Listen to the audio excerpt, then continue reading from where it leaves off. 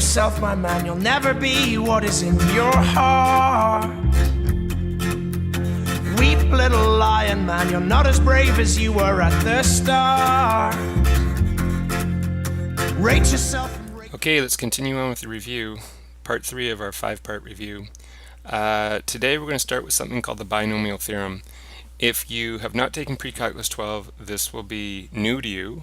But the good news is it's by far the least important thing we're going to do on this page, this review. The rest of the stuff we do, the rationalizing expressions and the simplifying radicals and simplifying powers and exponents, those are totally important, but you've done them before, so it should be truly review for everyone. So let's start with the binomial theorem. You'll go into greater detail on this in PreCalculus 12. Basically what it is, it's a method for expanding an expression of the form a plus b to the nth power where n is a whole number. So you have a binomial, a plus b, and you're raising it to some whole number exponent, and we want to know what the answer is. Okay, so let's use these first 4 here to help us figure this out. So what we have first is a plus b to the 0 power. We should be able to get that really quickly because anything to the 0 power is 1. Then we have a plus b to the first power. Well, anything to the first power, it just stays the same. So it's still going to be a plus b. Then we have a plus b squared. Remember, a plus b squared means a plus b times another a plus b. And then you would do this derivative property, mountains and valleys, right? Like this, you'd get a times a, which is a squared. You'd get a times b, and you'd also get b times a, so that's ab and another ab, or 2ab. And then you would have b times b, which is b squared. You should have done that enough times in PreCalc 11, that should be okay. And then the last one's a plus b cubed. How would we do this one?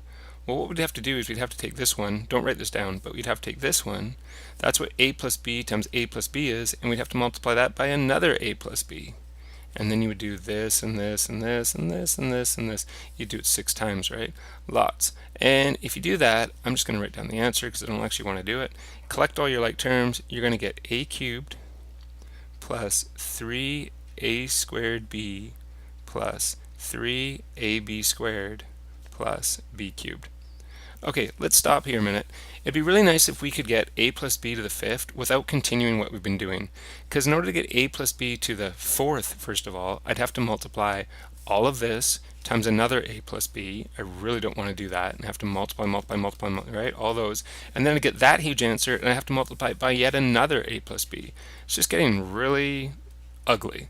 So let's see if we can figure out a way to do this next question without multiplying by a plus b's. So what I want us to do is to look at all the coefficients. Well, this is actually a constant here in my mind. So there's, this is 1. What coefficient is right here? 1 and 1. Here we have 1 and, well, obviously 2 and 1.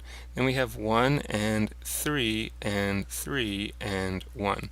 So why am I wasting time coloring all the constants and coefficients a different color? Because we're going to use those and we're going to put them in a special form which is called Pascal's triangle. So I'm going to put that 1 right here. I'm going to put these 2 1s like this. Then I'm going to put this 1 2 1. I'm going to put it right like this. And then I have 1 3 3 1. So I'm going to put 1 3 3 1. Now, can you figure out what the next row of this table would be? We got it? If you said 1 4 6 4 1, you'd be right. How'd we do that? Okay, well the way you get any number, well first of all you got 1s all down this side and 1s all down this side. How do we get this 2 here? To get the 2 we added this 1 and this 1. How do we get this 3? 1 and 2. How about this 3? 2 and 1. How about the 4? 1 and 3. How about the 6? 3 and 3. How about the 4? 3 and 1. Get it? If you get that, you understand Pascal's triangle. So, in Pascal's triangle, this is kind of weird. We call this row 0. So if you raise something to the 0 power, you'll get 1. Yep, that's what we got.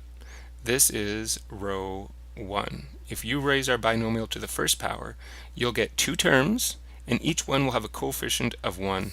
Yep, that's what we got. 2 terms, coefficient 1 and 1. This is row 2.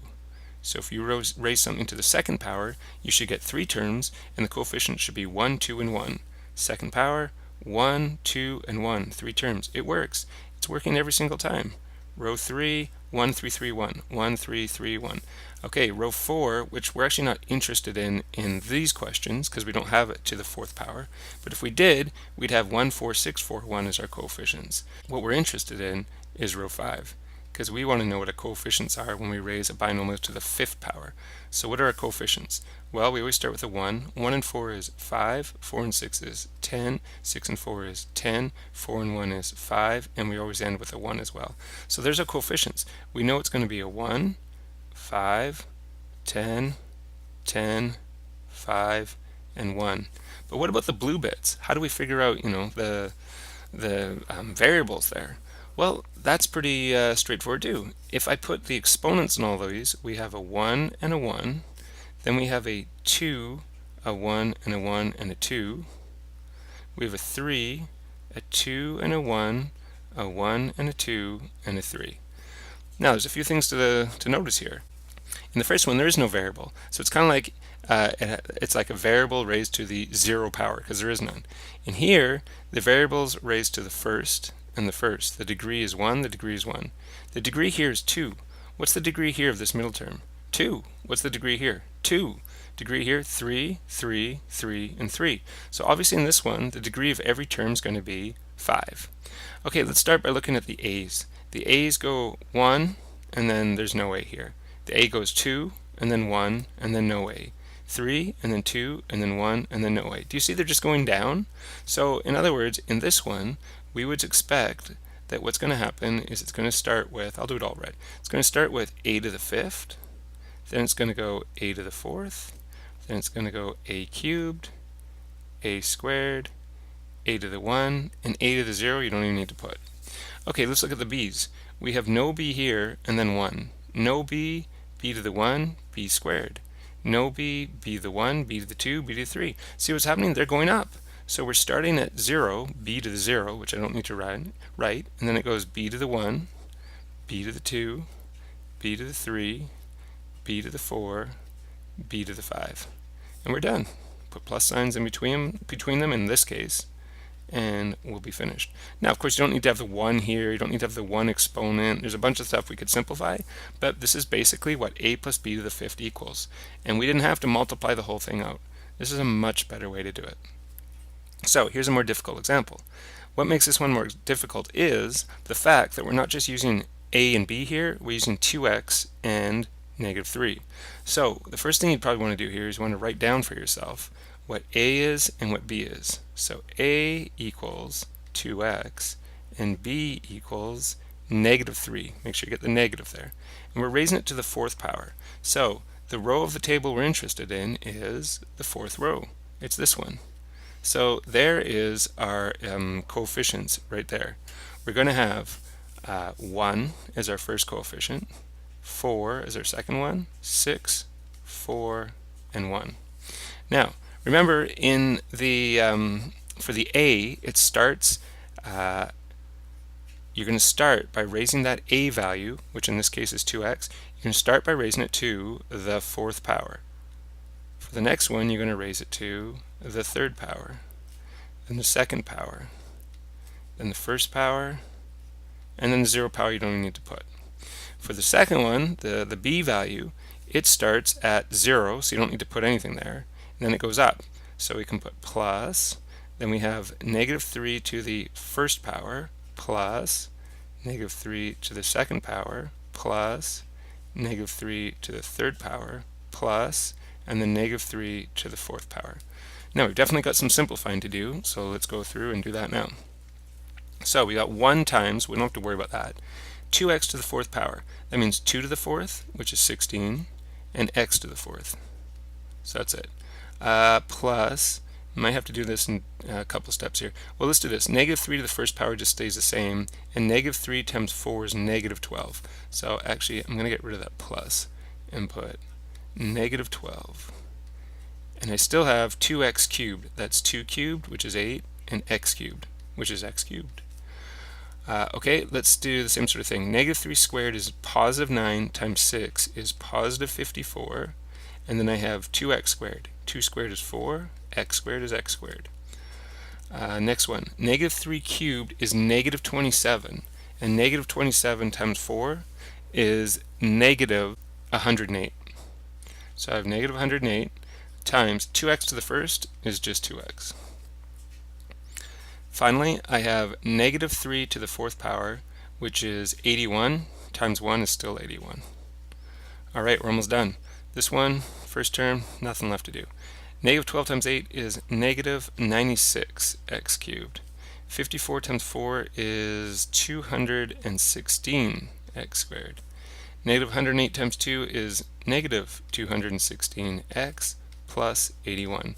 We have done it. We have multiplied, well, we didn't actually do the multiplying, but we've got the answer to 2x minus 3 to the fourth power without having to multiply 2x minus 3 times 2x minus 3 times 2x minus 3 times 2x minus 3.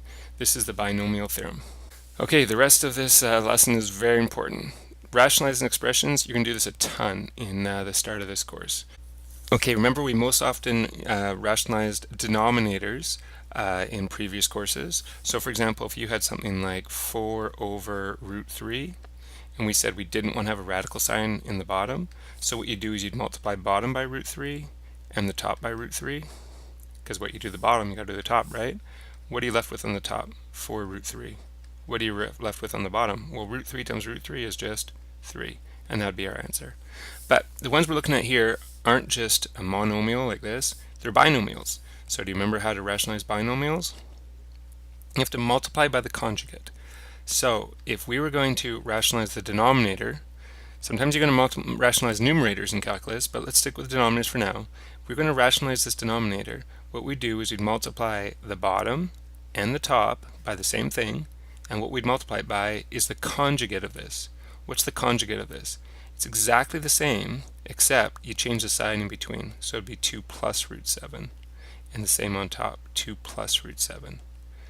Now, do you understand why you do the opposite sign? It's not just some rule that we invite you to use. It's something that actually makes a lot of sense.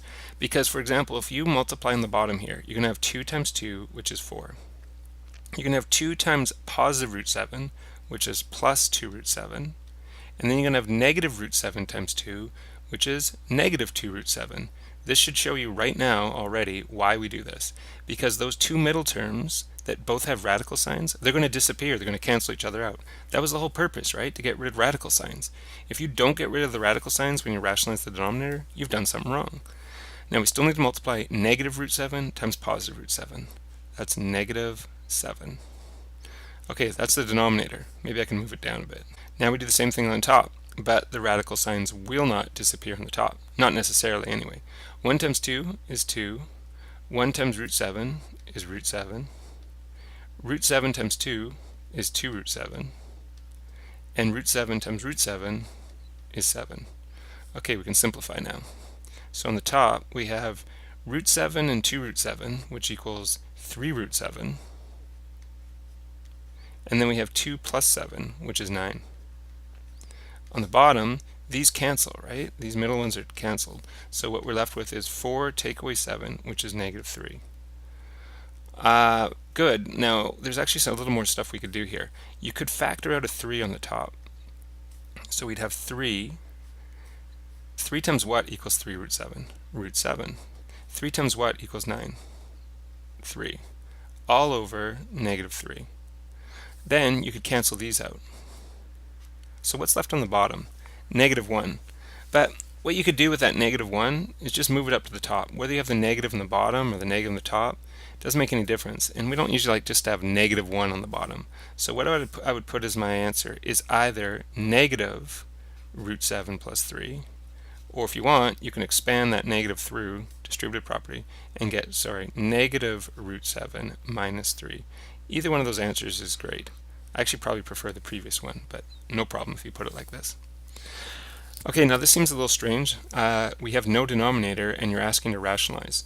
You'll understand why we do this later on in calculus. I'm not going to explain why for now. Let's just go through the process. So we're going to multiply this by the conjugate. What's the conjugate? We read exactly the same thing, but the sign in between the two terms has to be the opposite. So this has to be plus. Besides that, it stays the same. Now, something people forget when they do this question, you can't just introduce this here and say it equals the same thing unless you also multiply the bottom by exactly the same thing. So yes, there is a denominator here. The denominator is 1. You need to multiply that by exactly the same thing. Again, this is actually something you will do a lot in calculus.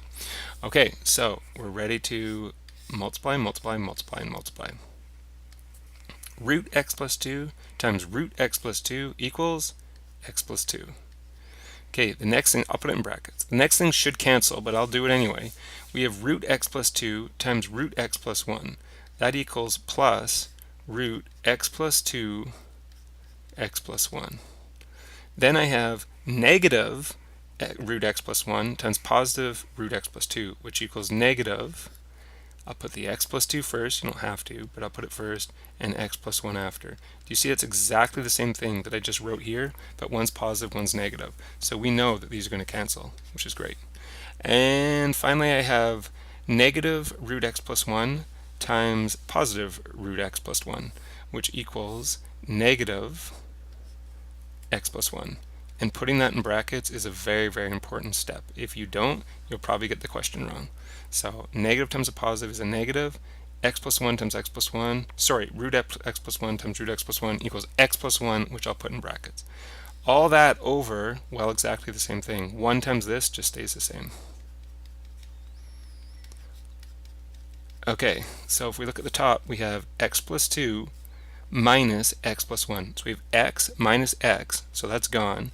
And we have 2 minus 1. So you end up with 1 over all this, x plus 2 plus x plus 1. And that's it.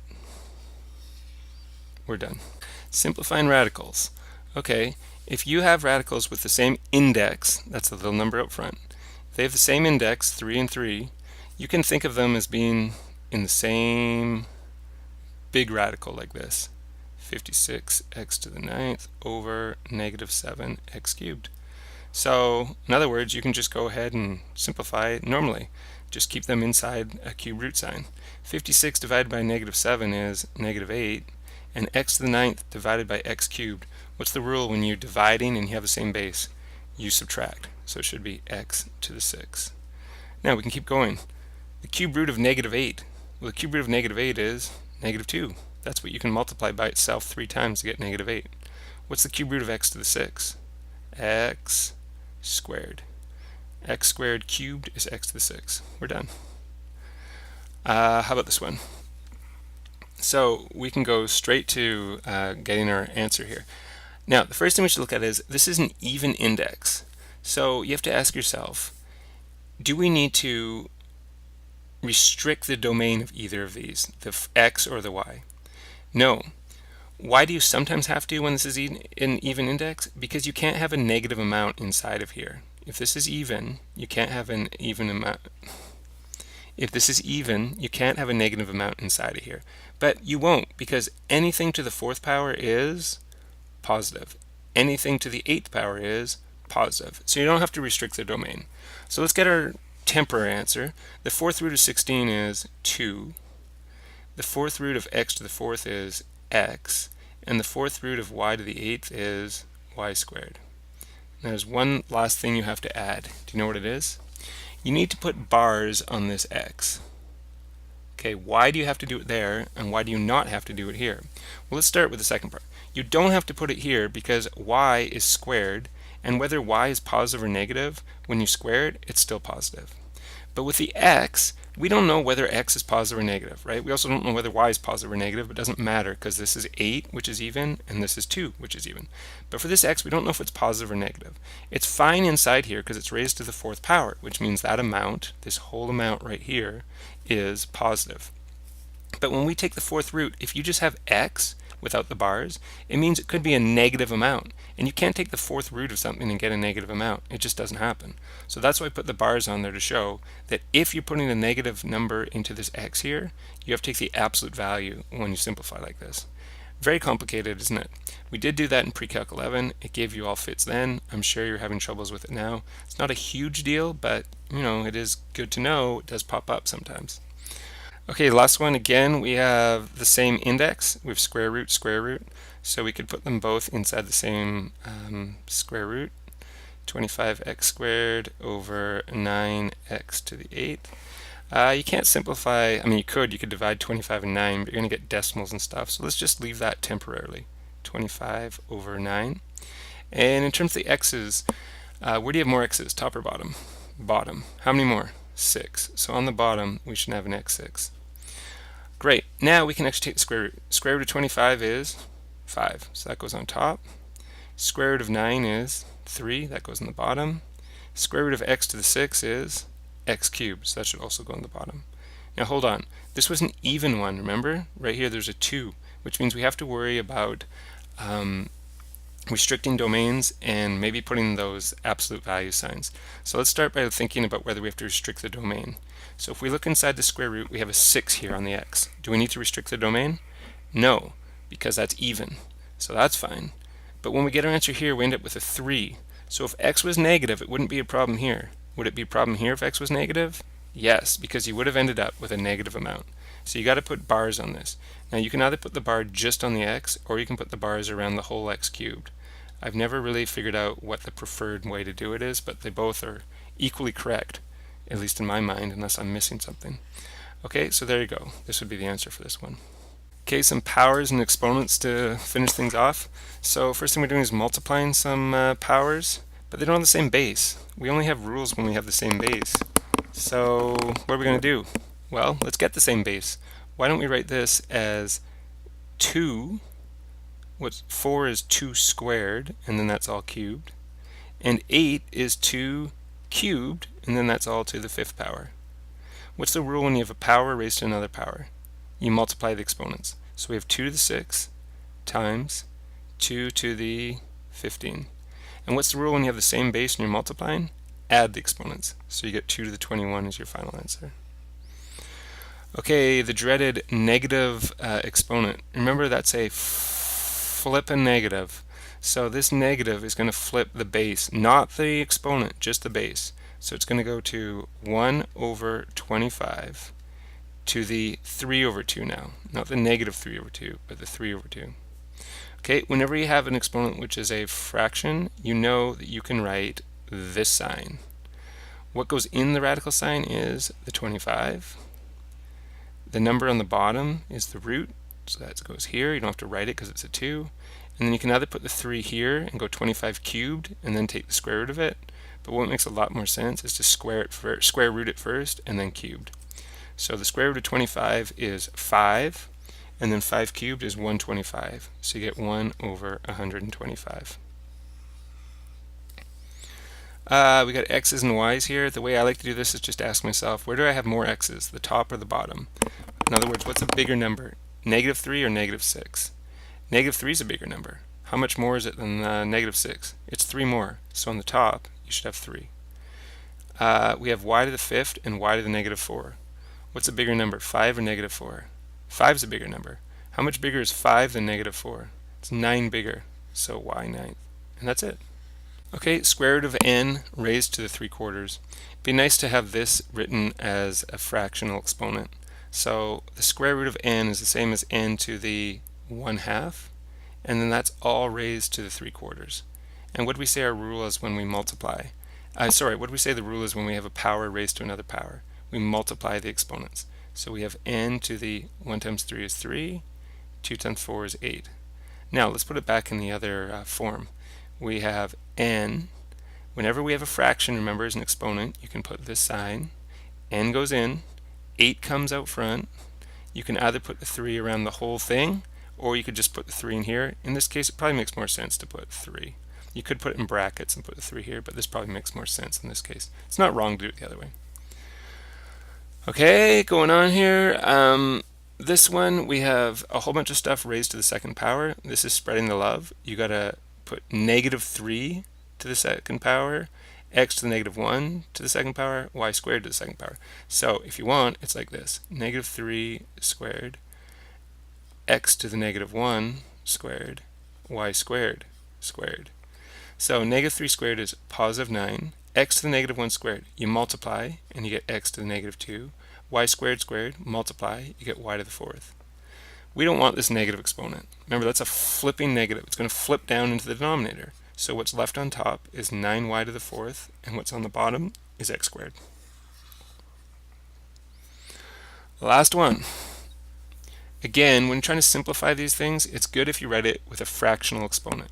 So on the top we have x to the, remember this number is the bottom number, so 5, and this is your top number.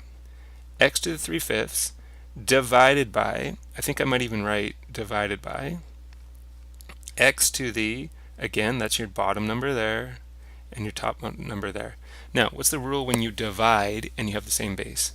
You have to subtract the exponents. So you have to go x to the 3/5 minus 2/3. Uh-oh, if we're subtracting these two, we need common denominators. So what's the common denominator of 5 and 3? 15. So we're going to have something over 15 minus something over 15. What do you multiply 5 by to get 15? 3. Do the same at the top. You get 9. What do you multiply 3 by to get 15? 5. Do the same at the top. You get 10. Now we can actually do this. X to the negative 1 over 15. Wait a minute. Negative exponent? We don't want a negative exponent. So what's a negative exponent mean? It means flip it. So instead of having x, it's going to be 1 over x. It's not going to flip this though, so it's still going to be to the 1/15th. Hey, why don't we do one last step? Since this is a fractional exponent, we know we can write the radical sign. What goes in there? X. What goes out front? 15. And then that 1 you could either put there, or you could put it around the whole thing. But hey, it's a 1. You don't need to put it at all. So you got your answer. It's 1 over the 15th root of x. What a great answer. Okay, we've made it. We're now 3/5 of the way through our review of Pre-Calc 12. Hope you're remembering all this stuff. See ya.